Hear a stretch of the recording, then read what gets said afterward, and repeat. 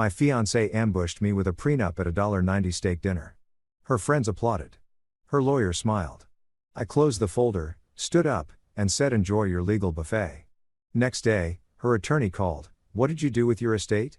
It was already gone. Have you ever noticed how wealthy people have this uncanny gift for turning a perfectly enjoyable dinner into some kind of hostage situation?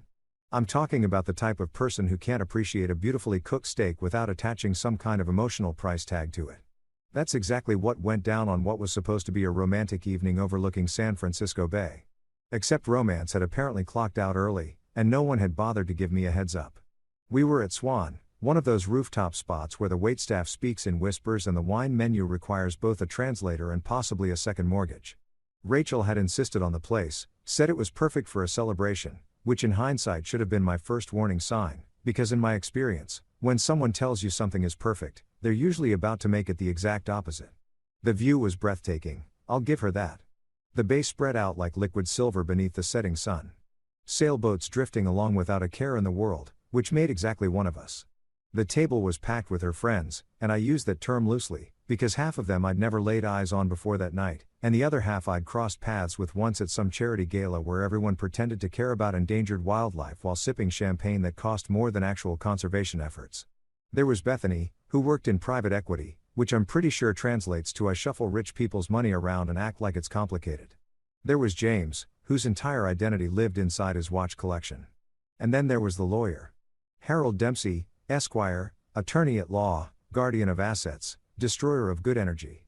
The man waltzed in wearing a tuxedo that probably cost more than my first car, sporting one of those smiles that says I bill $800 an hour, and right now I'm billing you just for thinking about me. He settled into our table like he'd received a formal invitation to Thanksgiving dinner, which struck me as bizarre immediately, because who brings their attorney to a romantic dinner? Apparently, Rachel does.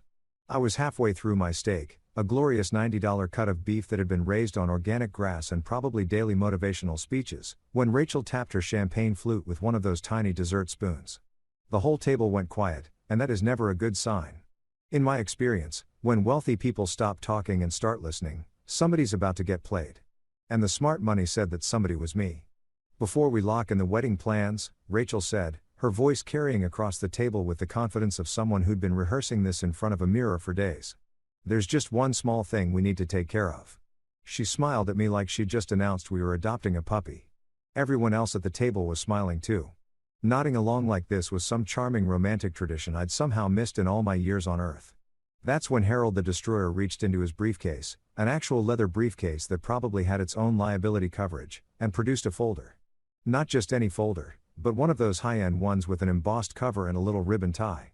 He slid it across the table toward me like a Vegas dealer, except in Vegas, at least you know going in that you're losing money. "It's just a prenuptial agreement," Rachel said, still smiling, still acting like this was perfectly routine, completely normal protocol for people in our position. Our position? I love that. As if we were both titans of industry instead of me being a guy who'd busted his tail to build a solid life, and her being someone who'd inherited enough money to purchase a small nation and was now apparently anxious I might try to take a piece of it. Her friends actually applauded. I am not joking. They clapped like she'd just solved a global crisis instead of insulting me in front of a room full of strangers. James said something about being smart, and Bethany nodded knowingly like she'd watched this film before and already knew the ending. I opened the folder, because what else was I supposed to do? Page 1 seemed reasonable enough. Boilerplate stuff about keeping separate property, fine. Page 2 started getting a little murky with language about income disparity management and asset protection protocols. By page 10, I was reading things like waiver of spousal support and limitation of community property rights, and my personal highlight, acknowledgement of financial inequality and acceptance of same. Let me translate that for you in plain English. Everything she owned would stay hers forever, and everything I owned would become a fun little footnote in legal history titled "Good luck proving that was ever yours." The document essentially said that if we ever divorced, I'd be entitled to whatever coins happened to fall out of her couch cushions, and honestly, I'd probably still have to fight her for those. I sat there reading clause after miserable clause, each one more offensive than the last, while Rachel watched me with this expectant expression, like she was waiting for me to say, "Oh honey, this is wonderful, where do I sign?" Harold the Destroyer sat with his hands folded, already mentally spending his consultation fee on a new boat or whatever lawyers buy when they're not busy dismantling people's dignity. Here's the thing about a moment like that. You've got two choices. You can explode, Start yelling, flip the table, give everyone a scene they'll talk about for months. Or you can do something that costs you absolutely nothing, scares everyone in the room, and makes you the classiest person at the table, even while you're quietly coming apart inside. I went with option 2. I closed the folder with deliberate care, making sure the ribbon tie was neat. I picked up my cloth napkin, the expensive kind that probably cost more than my whole outfit, folded it precisely, and set it down beside what was left of my $90 steak. I stood up slowly, took one breath, and looked around at every expectant face at that table. "Enjoy your legal buffet," I said, my voice steady and calm, like I was commenting on the weather or pointing out a decent bottle of wine. Then I pushed my chair in, because even in moments of complete emotional wreckage, I have standards, and headed for the exit. The silence behind me was absolutely delicious. Nobody said a single word. Nobody moved to stop me. I could feel every set of eyes on my back as I passed other tables, walked past the horrified hostess, past the bewildered valet who'd probably never seen anyone leave Swan before dessert. And speaking of dessert, they were supposed to serve this fancy Italian tiramisu at $40 a slice. I'd been looking forward to it all week. But you know what tastes better than $40 tiramisu? Dignity. Self-respect. The understanding that you just removed yourself from a situation that would have eaten you alive for however many years it lasted. I walked out of that restaurant in what felt, in my head, like cinematic slow motion, even though in reality I was probably just walking at a completely ordinary human pace. But mentally, there was dramatic music playing and the lighting was hitting me just right. I was the lead character in a film who just delivered the perfect one-liner before the building went up in flames. Because here's what I figured out standing in that parking lot, with the smell of expensive food and cheap betrayal in the air: silence is a weapon. Probably the most powerful one you can own, because it costs nothing, terrifies everyone who encounters it, and when you deploy it correctly, when you just rise from your seat, say one perfect sentence, and walk out, you carry yourself with so much composure that even your enemies have to respect it. I got in my car, turned the ignition, and drove away from that rooftop restaurant without a single glance in the rearview mirror. My phone was already buzzing in my pocket, but I didn't touch it. Not yet. That could wait until I was back home, where I could enjoy whatever desperate messages were surely stacking up. The bay glittered behind me, and somewhere at that table, a group of people was probably sitting in stunned silence wondering what the hell had just happened. And Rachel, poor, calculated Rachel, was probably beginning to realize she'd shown her hand way too soon and lost the only game that mattered. When I pulled into my driveway about 20 minutes later, I still hadn't looked at my phone. It was buzzing like a trapped wasp against my leg, relentless and persistent, the way only someone who desperately needs you to validate their terrible decisions can manage. But I wasn't ready for that just yet. First, I needed to sit in my car and actually process what had happened, which is really just a fancy way of saying I needed to laugh until my ribs ached. The kind of laughter that rises up from somewhere deep in your chest. The kind that bubbles up when life becomes so genuinely absurd that your only real options are to laugh or to cry, and crying felt like giving Rachel too much credit. So I sat in my driveway, both hands still on the steering wheel, and I laughed. Not the bitter, hollow kind that people do when they're quietly furious. This was pure, genuine amusement. The kind you feel when you suddenly realize you've been living inside a sitcom for the past 6 months and you're only just now catching the laugh track. Think about it. I had just been ambushed at a high-end restaurant with a prenuptial agreement that essentially said, "Thanks for showing up, here's your consolation prize of absolutely nothing." Surrounded by people who applauded like trained performers. Orchestrated by a woman I was supposed to marry in 3 months. Coordinated by a lawyer who probably went home that night and told his wife he'd had a productive evening. If that's not premium sitcom material, I honestly don't know what is. I half expected a studio audience to start cheering. After about 5 minutes of what probably looked like a full breakdown from any neighbor peeking out their window, I finally fished my phone out of my pocket. The screen was lit up like a Christmas tree. 12 missed calls. 23 text messages. And it wasn't even 10 o'clock yet. I scrolled through them with the detached curiosity of someone reading someone else's mail. Rachel had fired off 6 messages in rapid succession, each one a masterclass in damage control. "Marcus, where did you go? You're being dramatic. Can we please talk about this like adults? You didn't even let me explain. This is embarrassing." And finally, the one that made me actually snort out loud, "You're overreacting. Let's talk tomorrow." Overreacting. I love that. I'd been handed a legal document that basically said, "I don't trust you, I never will," and I wanted that documented in writing with a dozen coached witnesses present to applaud on cue. And I was overreacting because I didn't stick around to negotiate the terms of my own public humiliation. Sure, Rachel. That tracks. But there was more. Harold the Destroyer had also chimed in, and you could practically hear the billable hours accumulating with every word. Mr. Whitman, I understand tonight's presentation may have come as a surprise. Please know that all terms in the agreement are negotiable. We can arrange a private meeting to address any concerns. These structures are standard practice for couples with significant asset disparities. I remain at your disposal. Asset disparities. Nice touch. Very measured. Very let me insult you with professional vocabulary. I could picture Harold parked in his home office, mahogany decor, definitely pretentious, typing this out over a glass of scotch, feeling very pleased with himself for being so reasonable. I didn't respond to either of them. Not a single character. Because here's something I understood a long time ago, back when I was just starting out and dealing with people who assumed they could push me around. The most powerful thing you can do when someone expects a reaction is to give them absolutely nothing. Silence makes people unravel. It makes them second-guess every decision. It makes them fill the emptiness with their own worst fears. And best of all, it costs you nothing. Instead of typing a response, I went inside my house, my beautiful, fully paid-off house that I'd purchased with money I'd earned over years of actual work, and walked straight to my home office. I had some files to reorganize, because apparently this evening had turned into the kind of night where you reevaluate everything while still wearing a dress shirt that smells like good cologne and quiet devastation. I unlocked the cabinet and pulled out my estate files. I kept them color-coded because I'm organized, not because I'm a control freak.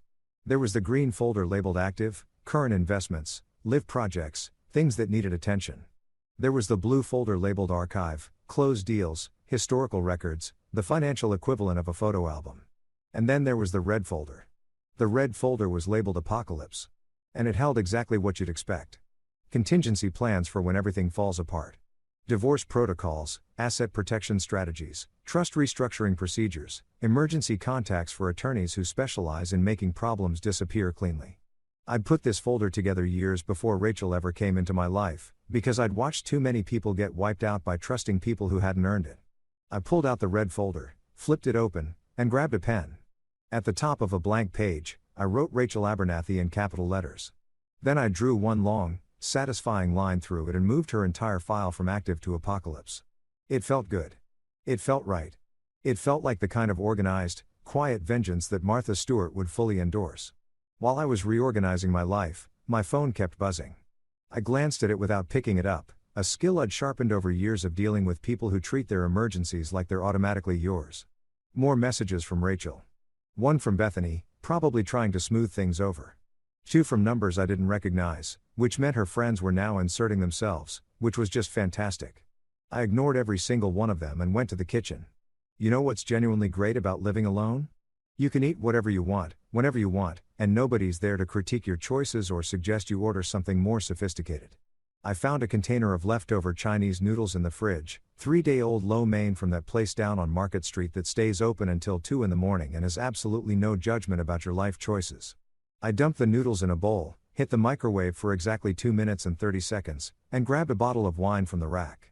Not the nice stuff I saved for company or special occasions. I went straight for the $8 Cabernet from Trader Joe's, the one with the kangaroo on the label that probably tastes like mild regret and questionable decisions, but costs less than the appetizers I never got to finish at dinner.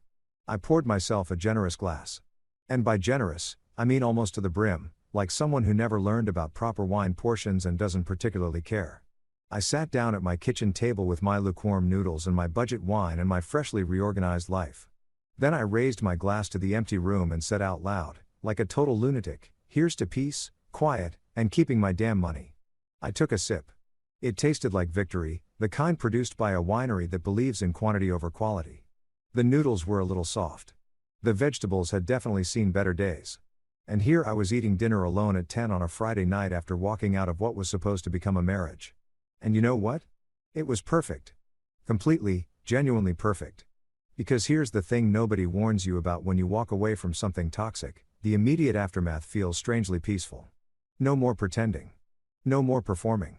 No more waiting for the other shoe to drop, because the shoe already dropped, and you sidestepped it like a champion. My phone buzzed again. I glanced at the screen, saw Rachel's name, and smiled, because I knew exactly what was happening on her end. She was panicking. Harold was probably panicking. Her friends were definitely dissecting my exit in some group chat, analyzing every move like it was a reality show plot twist. And all of them were waiting for me to engage, to argue, to give them something to negotiate with. But I wasn't going to. Not tonight. Not tomorrow. Maybe not ever. Because nothing, and I mean absolutely nothing, destabilizes a control freak more than being ignored by someone who was supposed to fall apart. They expect outrage, confrontation, drama. They prepare for arguments and countermoves and emotional explosions. What they never prepare for is silence. Steady, deliberate, maddening silence. I finished my noodles, washed the bowl, and put my wine glass in the dishwasher like a functioning adult. Then I switched my phone to Do Not Disturb, walked to my bedroom, and slept better than I had in months. Tomorrow, Rachel was going to wake up to a completely different kind of problem. But tonight I was just a guy who'd eaten cheap noodles, drunk cheaper wine, and felt like the wealthiest man alive. I woke up the next morning feeling like I'd just had the most restorative sleep of my entire life, which is strange considering I'd technically blown up my engagement less than 12 hours earlier. But there's something about removing toxic people from your orbit that works better than any sleep aid on the market. 0 side effects. Maximum clarity. And you wake up with this remarkable sense of calm that no amount of money can replicate. It was Saturday, which meant 0 obligations and unlimited possibilities. I made myself a real breakfast, scrambled eggs, toast, bacon that came out a touch crispier than intended, but whatever, I'm not a chef, and carried it out to my back porch. I've got a simple setup out there, a table, a couple of chairs, and a decent neighborhood view. Nothing like Rachel's Bayview penthouse, but it's mine, it's paid off, and nobody can strip it away from me with a legal document. I was sitting there sipping coffee and watching a duck waddle across my yard like it owned the property when I finally checked my phone. Still on Do Not Disturb, but the notifications were stacking up like digital tumbleweeds. 37 new messages. 19 missed calls. 3 voicemails I would probably never play, because voicemails are where self-respect goes to die. But here's the thing, I wasn't checking because I cared what Rachel had to say. I was checking because I was waiting to see exactly when the second bomb would go off.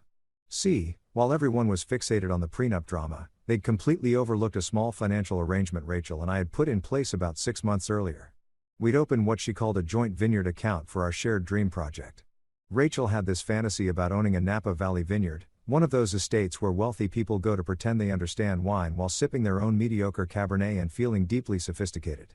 She'd sold me on it as our legacy, our retirement vision, our contribution to the agricultural arts.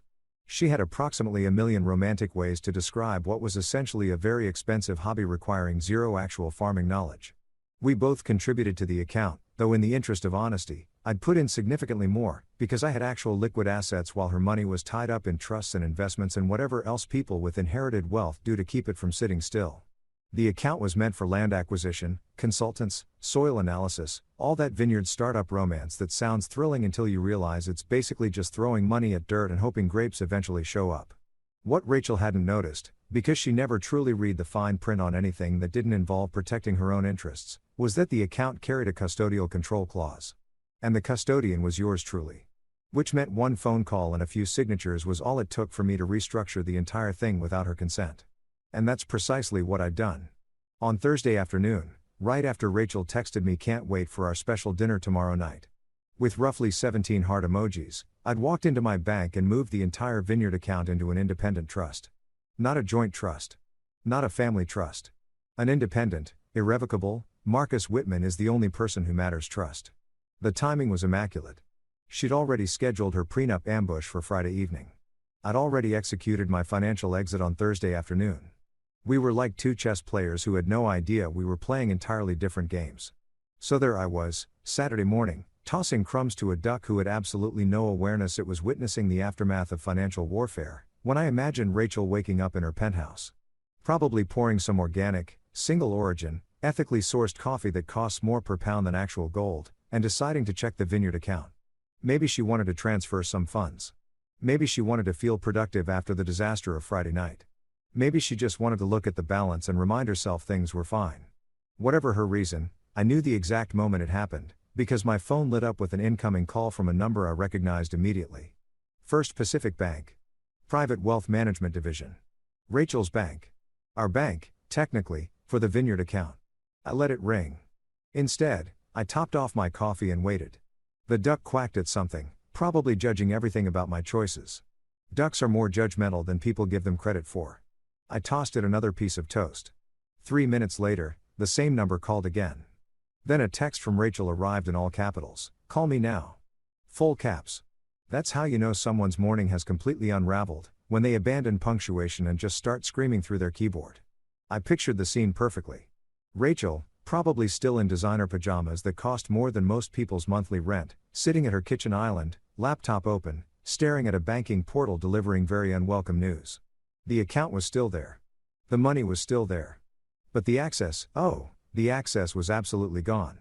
I imagined her calling the bank, getting transferred approximately 47 times because that's what banks do when the problem is too awkward to handle quickly.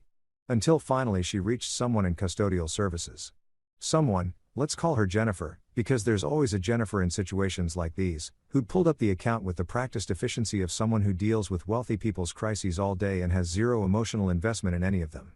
"Ma'am," Jennifer probably said, using that professionally pleasant voice that means she's reading from a script and absolutely does not care about your feelings. "I'm showing a change in custodial control on this account." "What kind of change?" Rachel would have asked, her voice climbing that ladder of panic that starts at confusion and ends at full hysteria. "The account has been moved under an independent trust structure," Jennifer would have explained, probably also scrolling her own email, checking her own calendar, because this was just another Tuesday for her. "Mr. Whitman executed the restructuring on Thursday at 3:47 p.m. Thursday at 3:47 p.m. I love that timestamp. It was proof positive that I'd done this before the prenup disaster, which meant it wasn't retaliation. It was just smart planning. Proactive asset management. Me being responsible about my financial future. But it was a joint account," Rachel probably sputtered, because wealthy people always assume joint means they hold the power. "It was a joint access account with custodial designation, ma'am," Jennifer would have clarified, and I'd bet real money she put some emphasis on that ma'am with the quiet satisfaction of a bank employee delivering bad news to someone who's been rude to service workers their whole life. "The custodian holds the right to restructure as needed.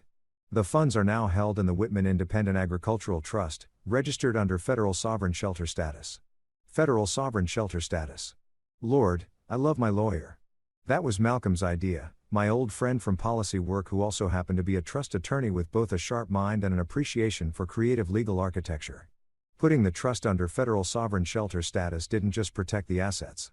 It placed them in an entirely different legal universe. It would take an act of Congress to get anywhere near that money. "I need to speak to a manager," Rachel would have demanded, because when wealthy people don't get what they want from the first person, they escalate, like the world's most entitled customers. "Of course, ma'am. Let me transfer you to our senior custodial oversight department. Please hold." And then, my absolute favorite part, she would have been placed on hold. Probably listening to some inoffensive jazz designed to be just irritating enough to make you question whether the money in your account is worth this level of psychological wear. Meanwhile, I was still on my porch, still feeding my duck companion, still savoring the best morning I'd had in recent memory. My phone buzzed again. Another missed call from Rachel, then a text, "What did you do to the Vineyard account?" I finished my coffee, stood up, stretched like a man who is nowhere urgent to be and absolutely nothing to prove, and typed out a reply, gave it a new home. It needed stability. Short. Simple. Devastating. I hit send and turned my phone back to do not disturb. The duck looked at me with what I can only describe as approval in its small dark eyes. Or maybe it was just angling for more toast. Either way, I tossed it the last piece and went inside to brew another pot. Because here's the reality of moving money around before someone tries to take advantage of you, it's not vindictiveness. It's intelligence. Rachel had spent weeks carefully choreographing her prenup ambush, locking down every asset, sealing off every clause, making absolutely certain I couldn't touch a dime of hers. She brought a lawyer to dinner, for heaven's sake. She orchestrated a public performance with witnesses and champagne flutes. And she'd somehow forgotten that I was the person who'd helped write half the tax code she was trying to weaponize against me. That I'd spent 20 years learning how to protect assets, structure trusts, and move money in ways that would make a magician envious. That I didn't need scenes or high-priced attorneys or public confrontations. I just needed a Thursday afternoon, a skilled lawyer, and the discipline to read every single word of every document I'd ever put my name on. The sun was climbing higher. The duck had wandered off to bother someone else. And somewhere across the city, Rachel was probably still on hold, listening to smooth jazz, slowly understanding that she'd picked a fight with someone who was playing chess while she was still figuring out checkers. I smiled, poured another cup, and raised it to absolutely nothing. Because the best kind of victory doesn't require an audience. It doesn't need confrontation or raised voices or dramatic speeches. Sometimes it's just you, sitting on your porch, drinking average coffee, feeding a judgmental duck, And knowing that somewhere out there someone is having the worst Saturday of their entire life while you're having the best. By Saturday afternoon, Harold Dempsey, Esquire, attorney at law, champion of the wealthy, wearer of very expensive formal wear, had apparently concluded that silence wasn't working and decided it was time to bring out the heavy legal artillery. I know this because Malcolm rang me around 2 in the afternoon, laughing so hard he could barely form sentences. "Dude," he wheezed. "You have to hear this. Harold just filed an emergency injunction to freeze your estate." I was in my garage, sorting through tools I hadn't touched in 6 months, because apparently ending your engagement turns you into the kind of person who suddenly needs to alphabetize their socket wrench collection. An emergency injunction. What exactly is the emergency? That I have self-respect. "He's claiming you're concealing marital assets," Malcolm said, and I could hear papers shuffling. "Filed it with the county court about an hour ago. Wants everything frozen pending a complete financial disclosure and review. The man is really swinging here." "Let him swing," I said, setting down a hammer I'd been pretending to examine. "How long before reality punches him in the face?" "Oh, it already has," Malcolm said, and I could practically feel his grin radiating through the phone. "The county clerk is a woman named Kim Navarro. Young, sharp, doesn't take nonsense from anyone. She looked up your estate in the system and..." He paused for effect. "And?" I prompted, already knowing exactly what was coming. "She told Harold, and I'm quoting directly, 'Sir, this isn't under our jurisdiction. The estate has been moved under federal sovereign shelter status.'" Man, I wish I could have seen his face. I wasn't there, but I can picture it perfectly, and it is a beautiful image. I laughed, a full, unguarded laugh right there in my garage. Federal sovereign shelter status. Those 4 words were the most glorious combination in the English language at that particular moment. It meant my estate wasn't just shielded. It was in a completely separate legal dimension. Harold could file injunctions with the county court all day long, but it'd be like trying to serve a warrant in France using paperwork from the DMV. "What did he actually say?" I asked, settling onto my workbench like someone about to hear the greatest story ever told. "Well, according to Kim, who called me because she figured I'd enjoy the irony, he just stood there for a solid 30 seconds. Stone silent. Staring at the computer screen like it had personally betrayed him. Then he asked her to check again.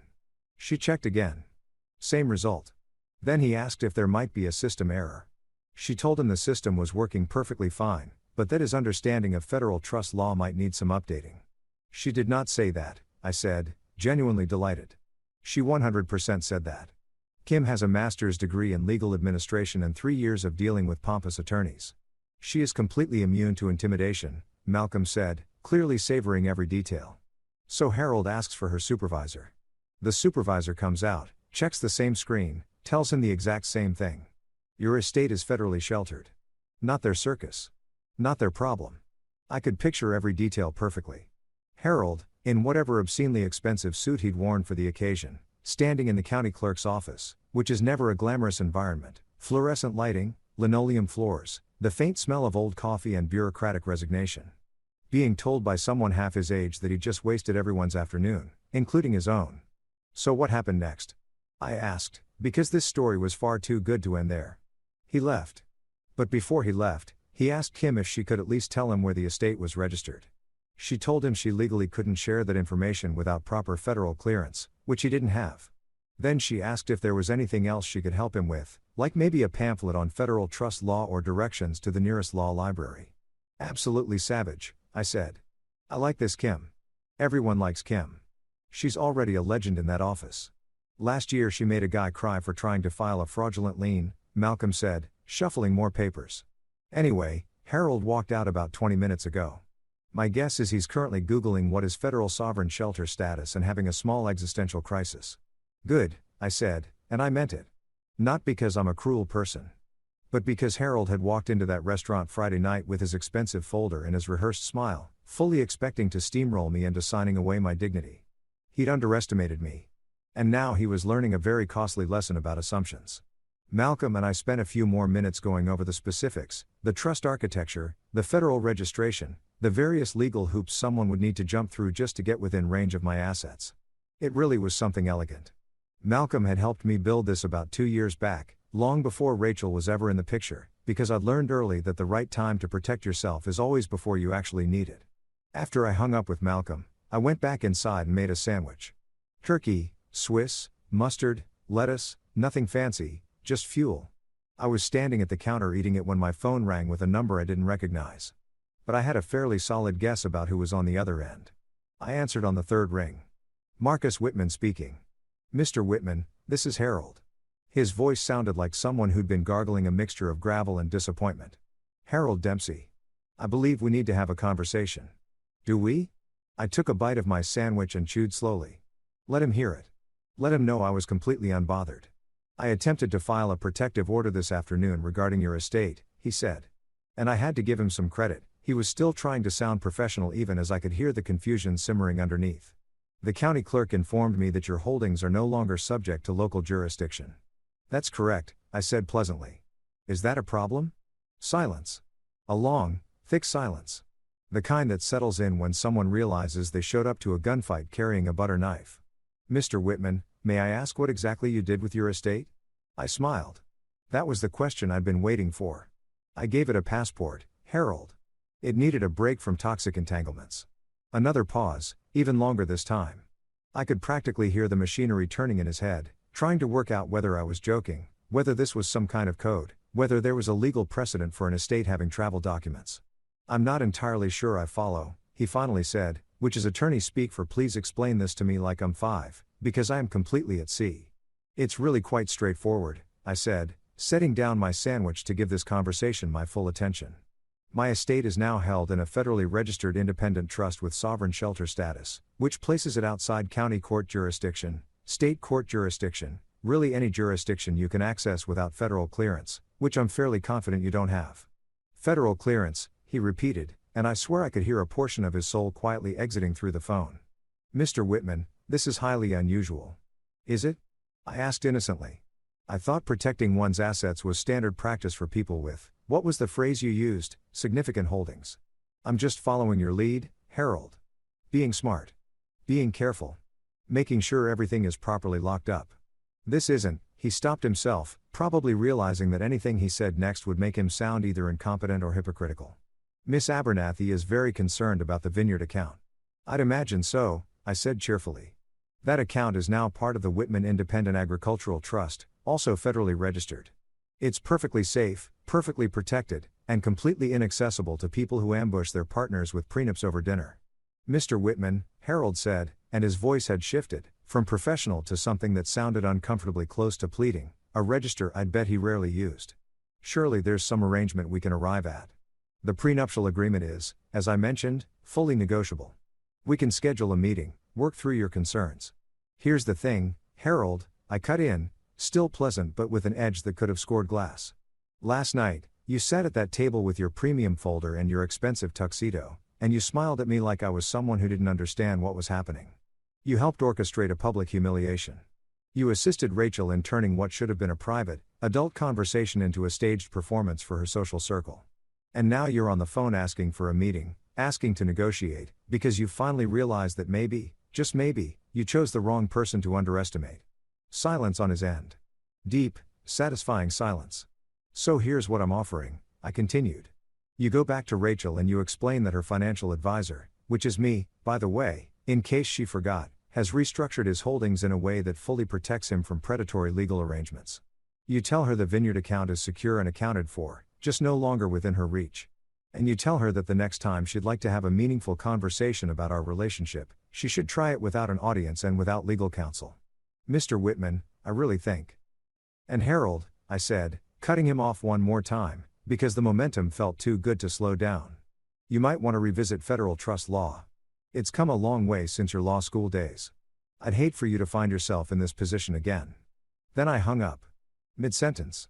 Which is objectively rude and subjectively the most satisfying thing I'd done all weekend. I imagined Harold sitting in his office, mahogany surroundings, law books arranged for appearance, staring at his phone like it had just said something unforgivable about his mother. I finished my sandwich, rinsed the plate, and went back to the garage. Found a level I'd been hunting for. A full set of drill bits I'd completely forgotten I owned. And a deep, settled peace that comes from knowing you just cornered a lawyer charging $800 an hour with nothing but the truth and a few well-timed words. My phone buzzed with a text from Malcolm. Harold just called me asking about federal trust law. I told him to Google it. I texted back, best Saturday ever. Found my missing level and dismantled a lawyer's confidence. Extremely productive day. Because that's exactly what happens when you play chess while everyone around you is still learning checkers. Eventually they look up from the board and realize they never had a shot. Harold had marched into the county clerk's office expecting to freeze my assets and force me back to the table. Instead, he discovered that my assets lived in another dimension entirely, his legal tactics were toothless, and the clerk had a better working knowledge of federal law than he did. And the best part of all, I'd accomplished this without raising my voice, losing my composure, or doing anything that could be held against me later. I was just a man protecting his interests, following the law, and ensuring that anyone who wanted to come after what was mine would have to work extremely hard for the privilege. The sun was beginning to lower, washing my garage in warm golden light. I put the tools away, closed everything up, and went inside to pour myself a glass of that $8 wine that was honestly getting better with every small victory. Sunday morning showed up wearing the kind of weather that makes you feel like the universe has finally taken your side. Clear sky, soft breeze, birds doing their thing without any agenda. The kind of morning that belongs in a commercial for retirement accounts or artisan coffee. I was back on my porch, which had apparently become my command center for watching the controlled demolition of my former relationship from a comfortable distance, when a courier van pulled up to the house.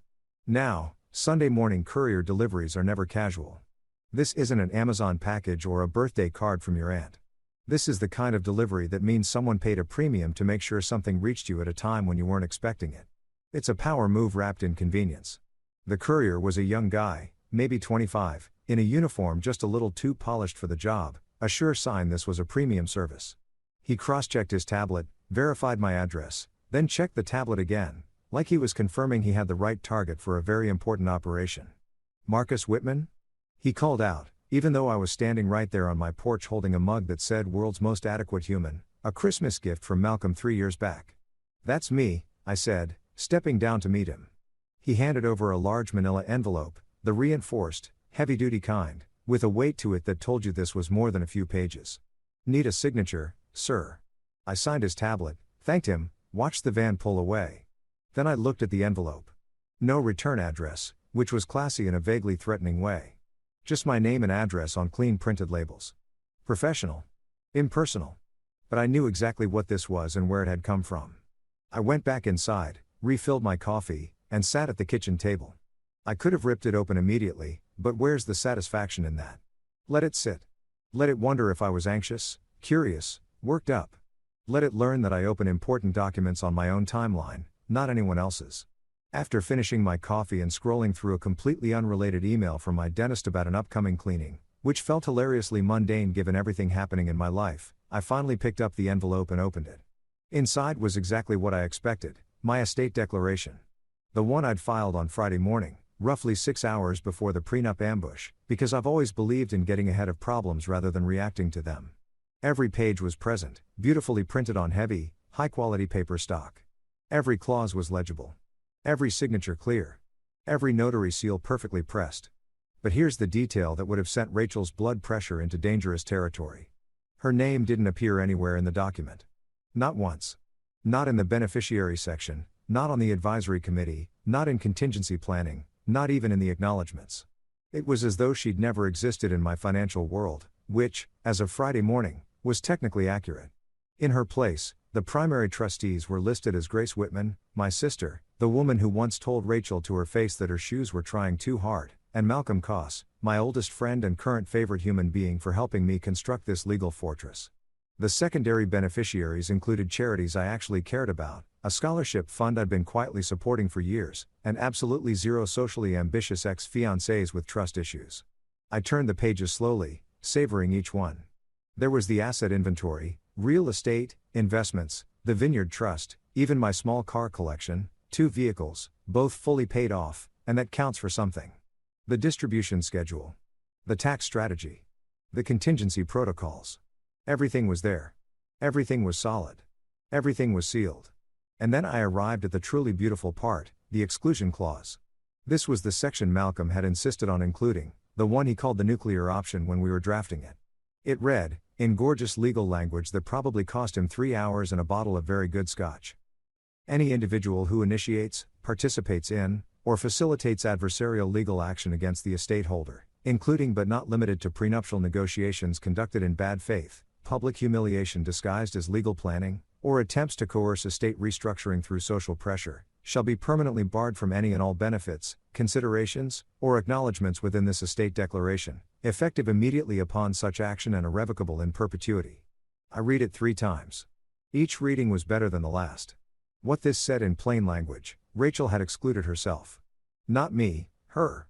By staging the prenup at dinner, by turning our relationship into a legal negotiation, by making a public spectacle out of protecting her money while trying to access mine, she had personally activated the one clause that locked her out permanently. She'd fired the gun herself. I hadn't had to do a thing except watch it happen. It was, as Malcolm would say, self-executing poetic justice. Or as I preferred to call it, consequences finally catching up to actions over a very nice meal. I pictured Rachel receiving her own copy of this document, because of course she would, that's how these things work. Probably sitting in her penthouse right now, pajamas still on, surrounded by half-empty coffee cups and the specific variety of panic that comes from understanding you've just maneuvered yourself into a permanent corner. She'd call Harold immediately, no question. What does this mean? She'd demand, voice climbing that desperate ladder from confusion toward meltdown. And Harold, poor Harold, billing her at his Sunday emergency rate for the privilege of delivering more bad news, would have to explain that she'd essentially nominated herself for permanent exclusion. But we're engaged, she'd insist, waving her ring around as though jewelry had legal standing. You were engaged, Harold would correct, because lawyers treat verb tenses like sacred objects. And according to this clause, your conduct at Friday's dinner constitutes adversarial legal action conducted in bad faith. Which means what? Rachel would demand. Which means you're out. Permanently. There is no appeal window, no negotiation mechanism, no workaround. The clause is self-executing and irrevocable. Harold would probably pause here, leafing through pages, hunting for anything useful. Miss Abernathy, I have to ask, were you aware he had this clause in his estate declaration? Of course not. How would I possibly know that? Because it was filed on Friday morning, prior to your dinner, which means he anticipated your plans and protected himself before you acted. Harold would sound genuinely impressed despite himself, because even attorneys have to tip their hat to superior legal strategy. This is actually quite sophisticated estate planning. I could picture Rachel working through several shades of red as the timeline fully landed. I'd filed this Friday morning. The prenup ambush happened Friday evening. Which meant I'd already read her move and made my countermove before she'd even played her hand. I'd watched her push her chips in, and I'd simply removed myself from the table entirely. My phone buzzed. Right on schedule. It was a text from Grace. Did you actually list me as primary trustee on your estate? I texted back, yes. You have excellent judgment and you told Rachel her shoes were trying too hard. Fair point. Does this mean I have actual responsibilities now? Only if I die. Please try not to let that happen. Deal.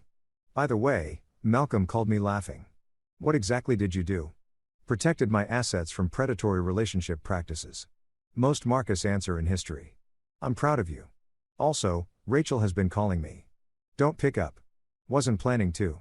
Her shoes genuinely were trying too hard. I adore my sister. She has the kind of unfiltered honesty that makes family dinners memorable and major life decisions crystal clear.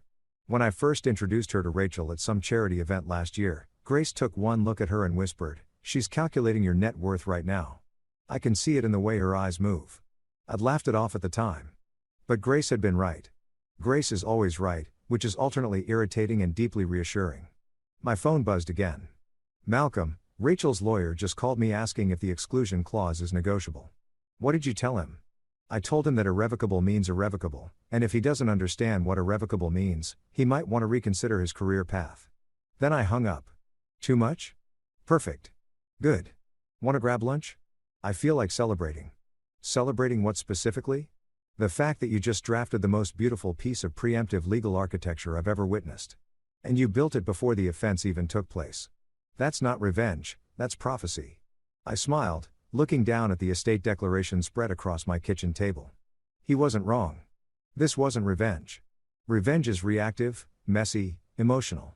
This was just preparation. This was me paying attention when someone showed me who they were, and responding accordingly. Rachel had revealed herself the moment she proposed a joint vineyard account where she contributed less than half but expected equal authority. She'd revealed herself again when she began talking about protecting our individual interests while only meaning her own. And she'd made it unmistakable when she planned a prenup ambush with spectators and legal counsel instead of sitting down for an honest conversation like two adults. I'd just been listening. And unlike Rachel, I'd actually read every word of everything I'd ever signed, including the fine print I'd written myself. The morning sun was streaming through my kitchen window, falling across the estate declaration like a spotlight on a stage. Every page was clean. Every clause was airtight. Every decision was entirely mine. My estate. My rules. My peace of mind. I gathered all the papers, slipped them back into the envelope, and locked them in my safe. Then I texted Malcolm back, "Lunch sounds great. Pick somewhere good. I'm celebrating financial independence." "You're always celebrating something." "That's because I keep winning." And the beautiful thing was, I wasn't bragging. I was simply reporting facts. Rachel had tried to play chess, but she'd forgotten to check whether I even wanted to be at the board. So I'd picked up my pieces, redesigned the game from scratch, and left her sitting there wondering how it had all slipped away. That's how you protect yourself from relationships that were never built on solid ground. Not with anger. Not with spectacle. With paperwork, clear thinking, and a really good lawyer who has excellent taste in scotch. Malcolm and I had lunch at this Italian place downtown that makes pasta so good it probably ought to be regulated. We sat outside on the patio in that perfect kind of afternoon that makes all your problems feel impossibly distant, except I no longer had any problems, because I'd methodically dismantled them one legal document at a time. We were somewhere into our second bottle of wine, a considerably better vintage than my $8 Trader Joe's special, when Malcolm's phone buzzed. He glanced at it, then started laughing hard enough to almost lose his grip on a forkful of fettuccine. "What?" I asked, twirling my own pasta like a civilized adult, despite strong internal pressure to just shovel it in. "Oh man," Malcolm wheezed, dabbing his eyes. "You remember how Rachel called me yesterday?" "Vaguely. I was busy reorganizing my garage and enjoying my life." "Well, she apparently didn't stop there. She forwarded the estate documents to her old law professor." He turned his phone toward me, showing an email chain. "Dr. Elias Monroe. The man's a genuine legend. 30 years at Yale. Wrote half the textbooks on estate law. Literally invented several of the trust structures we use today." I leaned in, now fully interested. "She sent my estate declaration to Elias Monroe." "She did." And he just responded. Malcolm was grinning like it was Christmas morning. "You want to read it, or should I perform it dramatically?" "Dramatically. Use your full lawyer voice." Malcolm cleared his throat, straightened up, and adopted the measured gravitas of someone delivering a verdict. "Dear Rachel," he began. "I have reviewed the estate declaration you forwarded to me, along with your account of the circumstances surrounding your recent engagement complications." "Engagement complications," I repeated. Elegant way to describe I laid a trap for my fiancée and it blew up in my face. "Quiet, I'm not done," Malcolm said, raising a hand. "After careful review of the documents and the timeline you provided, I find myself with one essential question. Why did you attempt to corner a man with a prenuptial agreement when he quite literally helped write portions of the tax code you're attempting to cite?" I nearly sprayed wine across the table. "He did not say that." "He absolutely did," Malcolm confirmed, scrolling on. "But it gets even better. Mr. Whitman's estate structure is not merely legally sound, it is frankly a masterclass in preemptive asset protection. The self-executing exclusion clause is particularly elegant. I've seen comparable mechanisms deployed in corporate law, but rarely applied to personal estates with this degree of precision. The federal sovereign shelter status is creative, thorough, and nearly impossible to challenge without expenditures that would far exceed any conceivable recovery." "I genuinely like this man," I said, feeling a warmth that had nothing to do with the wine. "Furthermore," Malcolm continued, visibly relishing every word, "the timing of the filing, executed prior to your prenuptial presentation, demonstrates that Mr. Whitman anticipated your approach and responded not with emotion, but with strategy. This is not the behavior of someone acting impulsively or out of spite. This is the behavior of someone who understands legal protection and exercises it with discipline." "Discipline," I echoed. "I should frame that." "He's still not done destroying her," Malcolm said, scrolling further.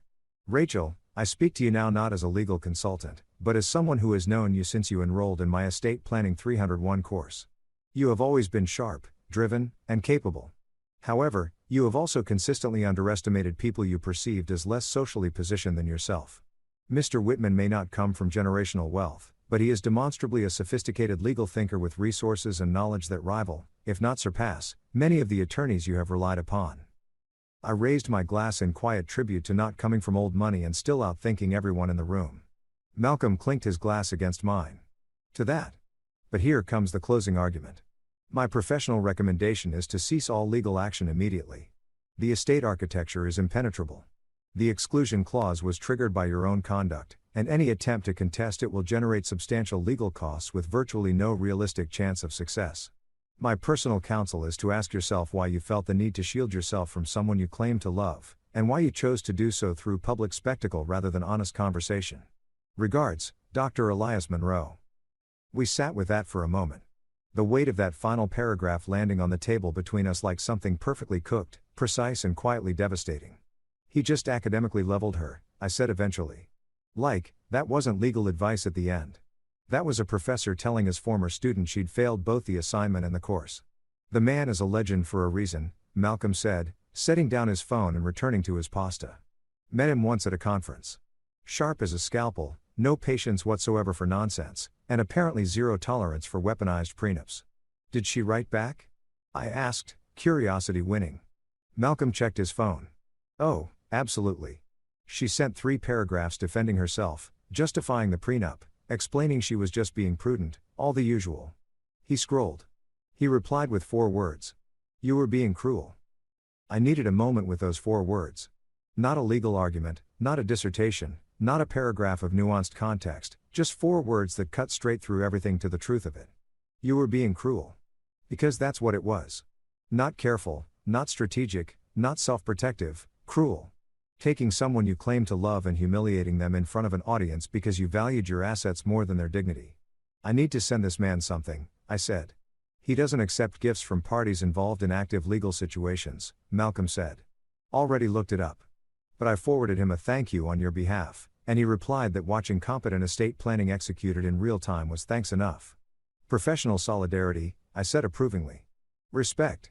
We finished lunch in the comfortable silence of 2 people who'd known each other long enough that not every moment needs filling. Malcolm had been my friend since college, back when we were both broke and arguing about policy reform over instant noodles like it actually mattered. Now we were grown men eating good pasta and celebrating the fact that legal knowledge outlasts inherited privilege every single time. After lunch, Malcolm headed back to deal with a client situation, something about a trust fund that needed urgent attention, and only he could fix it. I went home feeling lighter than I had in months. Dr. Monroe's words hadn't been necessary, but they'd landed like a gift. Having a legendary law professor reduce the whole thing to 4 syllables, you were being cruel, was the universe handing you a gold star you hadn't asked for. I got home around 4, changed into comfortable clothes, and made a deliberate decision to accomplish absolutely nothing for the rest of the evening. I'd earned it. I'd spent an entire weekend fending off legal attacks, restructuring my financial life, and apparently impressing law school professors I'd never met. If that didn't justify a lazy Sunday evening, nothing on earth did. I was settling onto my couch with a thriller I'd been meaning to start for months, corporate espionage story that now felt almost quaint next to my actual life, when my phone rang from an unknown number. Something told me to pick it up. Marcus Whitman. Mr. Whitman, this is Bethany Chun. We met at Rachel's dinner Friday evening. Her voice was careful, strained, the way someone sounds when they're picking their footing through a conversation they're not sure how to have. Bethany, private equity Bethany, one of Rachel's friends who'd applauded the prenup like it was a graduation ceremony. I remember, I said, neutral. I want to apologize, she said, quickly, like she'd been rehearsing it. For Friday night, for clapping, for being part of that whole setup. Rachel told us it was going to be a celebration, and when the prenup came out, I just went along with it. That was wrong. That was genuinely wrong. Go on, I said, sitting up a little straighter. I've been in finance for 10 years, Bethany continued. I understand asset protection. And what Rachel did Friday wasn't asset protection, it was a power play. She positioned you to fail in front of witnesses. And I was part of that audience. I'm sorry. Apology accepted, I said, because it was. She'd been a pawn in Rachel's game, not the one dealing the cards. Thank you, she said, and the relief in her voice was audible. And for what it's worth, the way you handled it, just standing up and leaving like that was the most composed thing I've watched anyone do in years. Half the people at that table are still talking about it. Rachel is losing friends over this. That's a shame, I said, and I actually meant it. I didn't want Rachel's whole social world to crumble. I just wanted her to understand that choices carry weight. It's earned, Bethany said bluntly. She's been calling people, trying to rally support, asking everyone to validate her side of it. But Marcus, I've seen the estate documents. My firm deals in trust law. What you built isn't retaliation. It's protection. And honestly, it's impressive as hell. We talked a few more minutes, Bethany asking some professional questions about the federal shelter structure. Apparently her firm was looking at similar setups for certain clients, and me sharing general information without getting into specifics. By the time we hung up, I had a feeling Bethany was going to be just fine. She'd learned something valuable about choosing your audience carefully and not applauding someone else's cruelty. As the evening wound down, I made dinner, nothing complicated, just chicken and roasted vegetables, because adulthood occasionally requires eating something that isn't noodles, and turned over the strange arc of the weekend in my mind. Friday night, I'd walked out of a restaurant feeling blindsided and betrayed.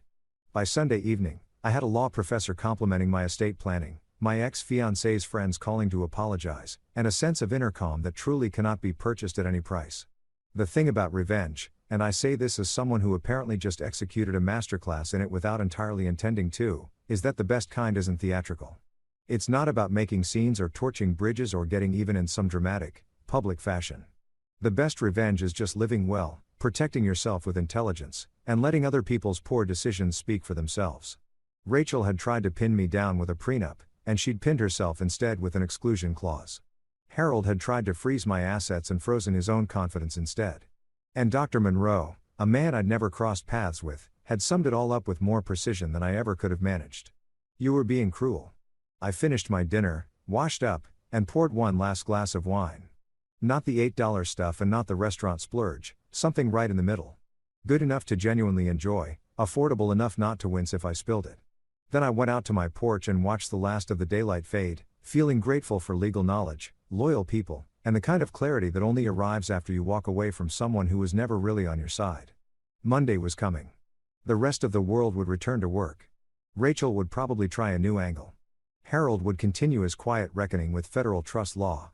But tonight, I was just a man with good food in his stomach, decent wine in his glass, and the best legal protection money could buy. Monday morning arrived and I woke up dangerously energized, which is never entirely a good sign. It usually means I'm about to do something that seems reasonable in the moment and haunts me just a little later. I made coffee, checked my emails, and found myself staring at an invitation I'd received 2 weeks prior and completely forgotten about. It was from Wealth and Estate Quarterly, one of those professional publications that financial advisors and estate attorneys read to feel current and occasionally to actually learn something. They'd asked me to submit a short piece for their Expert Perspectives column, a thought, an insight, something about estate planning. Nothing heavy. Maximum 100 words. I'd been ignoring it because I'd been busy planning a wedding that was never going to happen. But now I had free time, strong opinions, and a weekend's worth of lived experience that had given me some very specific thoughts about trust, relationships, and the value of legal protection. So I opened my laptop, pulled up the email, and stared at the blank response field. 100 words. What could I say in 100 words that would be useful, professional, and not obviously pulled directly from my own weekend wreckage? I thought about Rachel, the prenup, the vineyard account she could no longer access. I thought about Harold and his failed injunction, about Dr. Monroe's 4 words, about the exclusion clause Rachel had triggered herself. And then I thought about wine, because lately, everything in my life seemed to orbit back to wine or vineyards or bottles that cost more than they had any right to. My fingers started typing before my brain had fully approved the plan. Trust is like wine. Give it time or it turns to vinegar. Fortunately, trust is revocable. I read it back. 20 words, well inside the limit. Clean, professional, and directly applicable to real estate planning, since revocable trusts were a legitimate, widely used structure. But also sharp, beautifully precise, aimed at my situation in a way that only people who knew the whole story would fully recognize. It was perfect. Professional enough to publish and pointed enough to satisfy something deep in my soul. I hit send before I could talk myself out of it. The editor replied within the hour, "Love this. Running it in tomorrow's digital edition. Thank you, Marcus." And that was that. I went about my Monday, real work, real clients, real phone calls, some light reorganizing because I was apparently still in a tidying phase, and didn't give the quote another thought until Tuesday morning. Tuesday morning, my phone started buzzing at 7:23, which is far too early for anyone to have strong feelings about anything. I ignored it for 4 minutes before curiosity got me and I checked to see what had happened while I was asleep. Turns out disaster was the wrong word. Phenomenon was closer. My quote had appeared in the digital edition of Wealth and Estate Quarterly, which typically received a solid but measured readership from the professional finance world, except this time, someone had screenshotted it and posted it online, and it had taken on an entire life of its own. The caption read, "Estate attorney drops the most elegant divorce-coded advice ever, with the screenshot of my quote attached. 47,000 likes and climbing. The replies were something else entirely. This is about someone specific and I absolutely need to know who. My divorce attorney quoted this in our meeting this morning. Iconic. Trust is revocable. I'm getting this tattooed, from someone who definitely shouldn't be making permanent decisions based on online content. But the genuinely fascinating part was the legal community's response. Attorneys were reposting it. Estate lawyers were sharing it with commentary. Someone had created the hashtag #TrustRevocable. Within hours, it had made its way to LinkedIn, where finance professionals were putting it up with captions like words to build by and this is exactly why we do what we do. By lunchtime, it had reached the place all viral moments eventually arrive, legal corners of the internet. And those communities did what they do best, they investigated. Wait, isn't Marcus Whitman the guy whose fiancée blindsided him with a prenup last weekend? Someone posted. Oh my god, it is. A contact at the county clerk's office told me about this whole thing. Apparently the guy restructured his entire estate before the prenup dinner even went down. The federal sovereign shelter guy, that was actually him. No wonder she can't access his money. He wrote this line after locking her out of everything. This isn't professional advice. This is a victory lap. I was sitting at my kitchen table watching my phone light up like a pinball machine, and I started laughing. Not the measured, private kind from the other night, this was full, uncontrolled laughter that might have concerned the neighbors. I hadn't planned for this. I genuinely hadn't. I just wanted to contribute one useful line to a professional journal while landing a quiet dig at my ex-fiancée.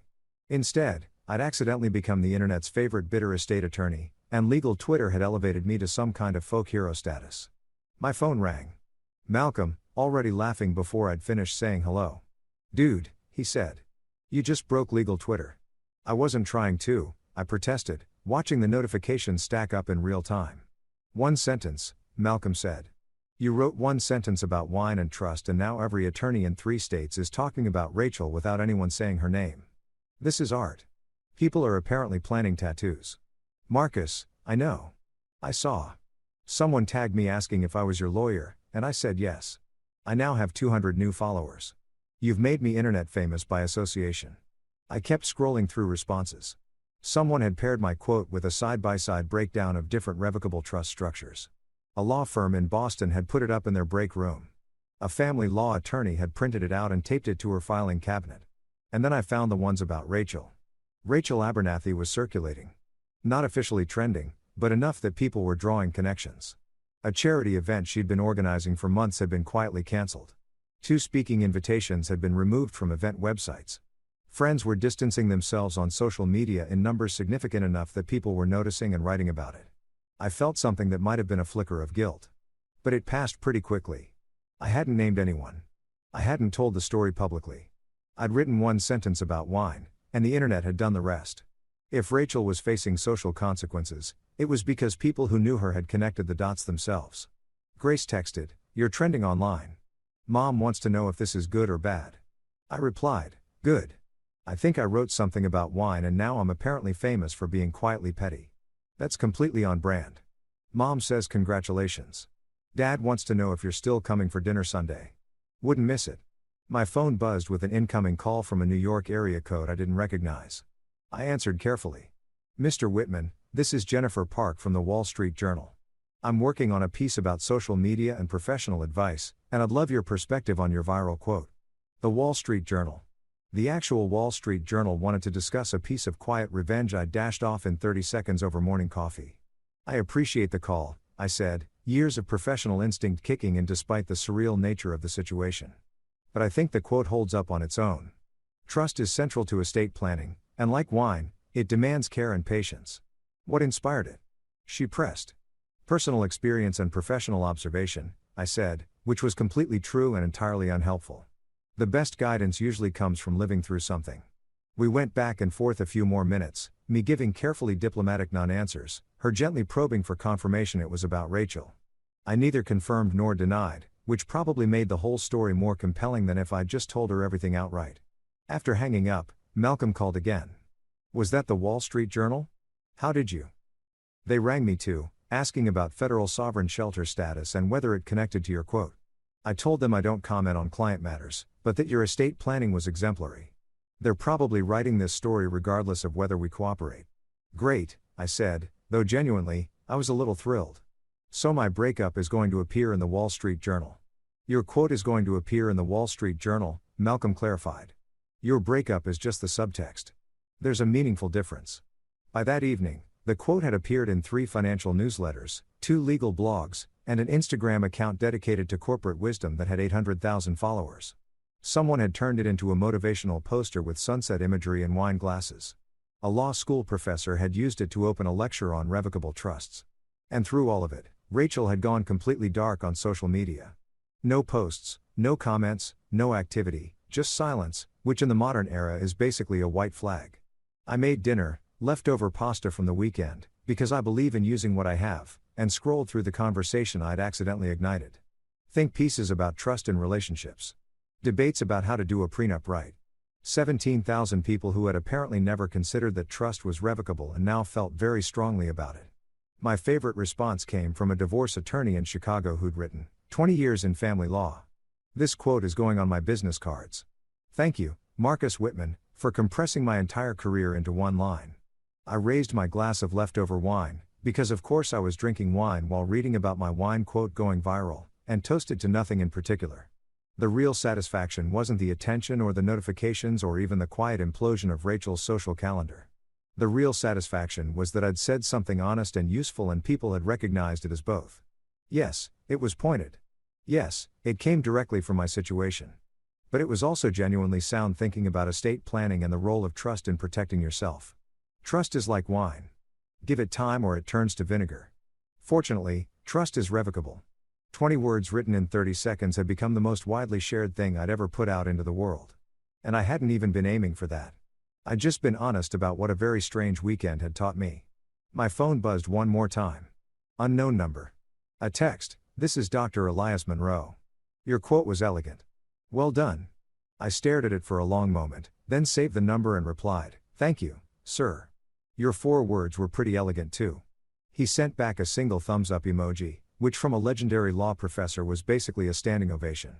I finished my wine, switched off notifications, they'd reached a genuinely unmanageable volume, and went to bed feeling like I'd stumbled into winning something I hadn't even known was a competition. Tomorrow, the internet would move on to something else. Rachel would probably start rebuilding. Harold would continue his slow reckoning with federal trust law. But tonight, I was the person who'd turned a broken engagement into a viral moment with one line about wine. And honestly, that felt pretty extraordinary. A week later, I sent Rachel the final document by certified mail, signature required, because certain things deserve a little ceremony. Inside was the formal announcement that all my significant holdings, real estate, investments, the antique collection I'd spent years building, had been moved into a charitable foundation. The Whitman Foundation for Educational Advancement, specifically. Scholarships for students who genuinely needed them, not trust fund recipients playing at generosity. But here's the elegant part. Buried in Section 4, Paragraph 3, Subsection B was a single clause that Malcolm had called the pièce de résistance. Any individual who initiates adversarial claims, including prenuptial negotiations conducted in bad faith or public coercion, shall be permanently barred from foundation benefits, advisory positions, or acknowledgement.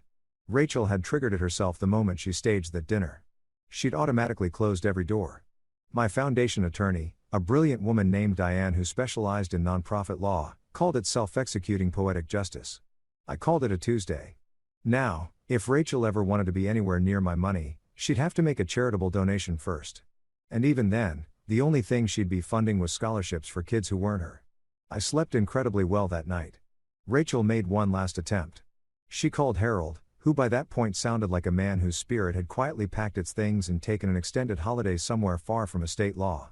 "Harold," she probably said, voice tight with desperation. "There has to be a way through this." Poor Harold. I almost felt something for him. Almost. "Ma'am," he said, and Malcolm told me later that Harold had started calling her ma'am instead of Miss Abernathy, which is attorney speak for I have emotionally checked out of this situation. She can't even get your name into a court document anymore. The foundation structure, the federal shelter, the exclusion clauses, it's all sealed. There has to be a loophole. There isn't. Mr. Whitman's holdings are now structured inside a living trust so layered it could survive an alien invasion. Even with the most aggressive legal team imaginable, they'd need clearance from his accountant just to get started. I do love that Malcolm had been copied on that exchange. Harold had sent it as a professional courtesy, which really translated to, "Please confirm I haven't lost my mind entirely." The funny thing was, I wasn't even angry anymore. I was entertained. Most love stories end in heartbreak. Mine ended in an IRS-approved fortress. A week later, Rachel showed up at my gate in the rain. No makeup. No entourage. No lawyer in a tuxedo. Just her, soaked through, looking like regret given human form. She stood there shivering and asked the one question I'd been expecting. "You knew I was going to ask for the prenup, didn't you?" I looked at her through the gate. This woman I'd nearly married. Someone who'd chosen control over connection at every possible turn. "I hoped you wouldn't." I slid an envelope through the bars. Inside was a letter I'd written a full year before we'd even met, back when I was just a man trying to protect himself from mistakes he could see coming from a distance. "If love ever becomes leverage, lock the vault." Marcus Whitman. She read it. The tears came, not the pretty kind from films, but the honest, ugly kind that surfaces when you realize you've dismantled something irreplaceable through your own choices. I didn't gloat. Didn't lecture. Didn't offer the satisfaction of "I told you so." I just turned around and walked back inside to make a cup of coffee. Because real consequences don't need noise or drama or flames. They just need time. And calm, my friend, is what undoes them completely.